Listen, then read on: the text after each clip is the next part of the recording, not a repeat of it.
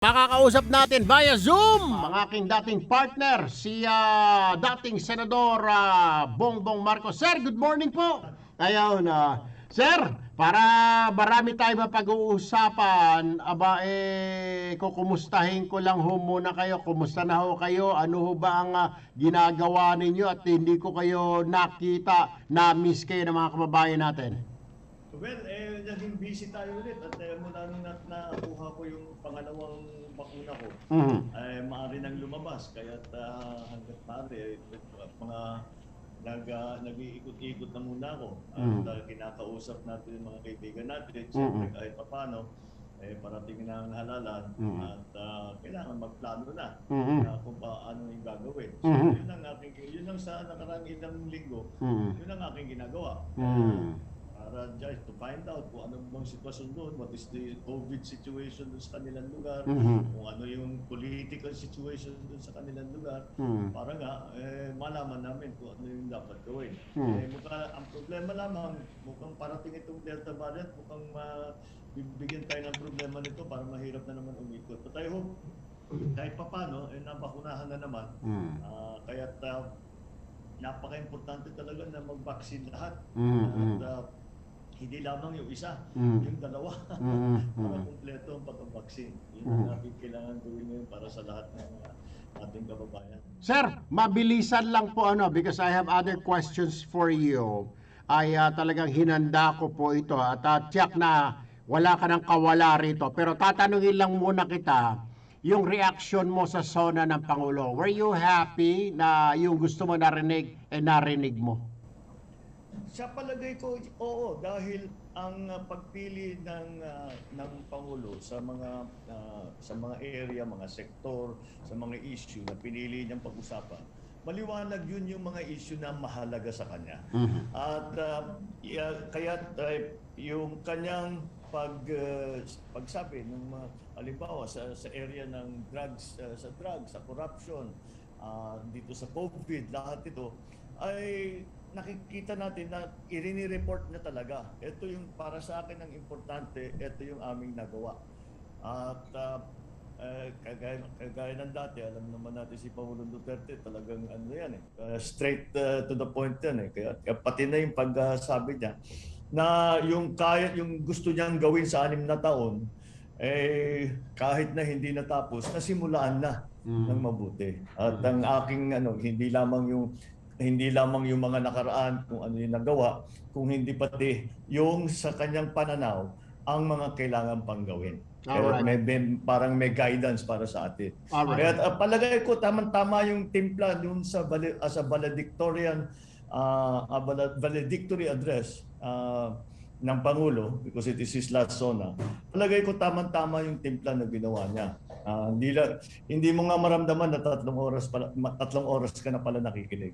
Alright. Sir, isa pa ho, nabanggit ng Pangulo kahapon na diplomasya ang kailangan gamitin natin sa pagresolba sa issue ng West Philippine Sea.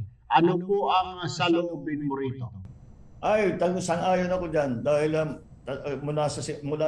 sa umpisa, gano'n naman talaga ang pagtrato natin sa ating relasyon sa China na it has to be engagement, not the confrontation. Kailangan talaga makipag-usap.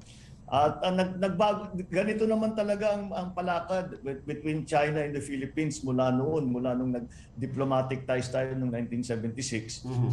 Ganyan ang ating approach. Lagi ang sinasabi.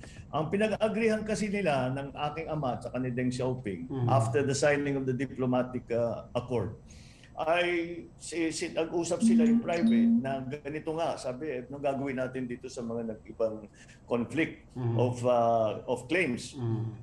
Kanyang wag niyong dadalhin sa UN dahil mahaba yan, matagal, walang mangyari. Basta ang gagawin natin, sabihin niyo sa amin yung gusto niyo, sasabihin namin sa inyo yung gusto namin, at mag-usap tayo. So mula ng 1976 hanggang 2010, ganun ang palakad between China and the Philippines. Meron talaga magkaka-issue. But that's why maayos ang patakbo. Ang problema, nung nag-file na tayo ng kaso sa korte, sa ICC, nagmatigas ngayon yung China. Oo. Kasi sinabi dinala mo na sa korte, di talagang ay papatibay ko yung posisyon ko. Ganun ang nangyari. Kaya kailangan balikan natin yung dating Usapan. sistema na talagang nag-uusap mo. Yun lamang may damage na kasi nagtayo na sila nung kanila. Parang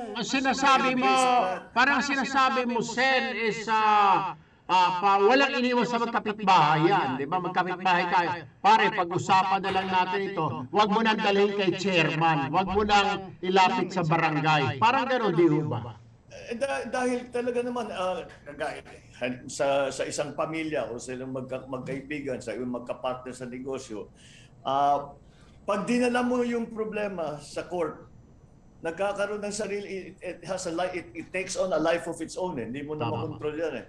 So kung saan napupunta yung issue na yan. So para at least maliwanag sa magkabila, dapat siguro mag-usap lang. At kasi after pag nasa korte na, kahit yung gugustuhin ninyo na gawin, sasabihin ng korte hindi na pwede yan. Dahil nakalampas na tayo diyan. We cannot go back in time. Kaya ganun ang nangyari sa atin. Ngayon, we cannot go back in time dahil nandiyan na yung mga kanilang mga bases, mga created islands, ano-ano. Magpapaano na sila ng mga barko. Kung maalala nyo, never happened ito hanggang nag-file tayo. Okay. Sir, eto, medyo malihis na tayo, ha? Ito na. Dapat kabahan ka na. Ito kahapon may kumalat na litrato sa social media na may streamer sa overpass. I'm sure may nagsumbong na siguro sa inyo na may nakasulat na "Goodbye Duterte, welcome Bongbong Marcos." Ano ito?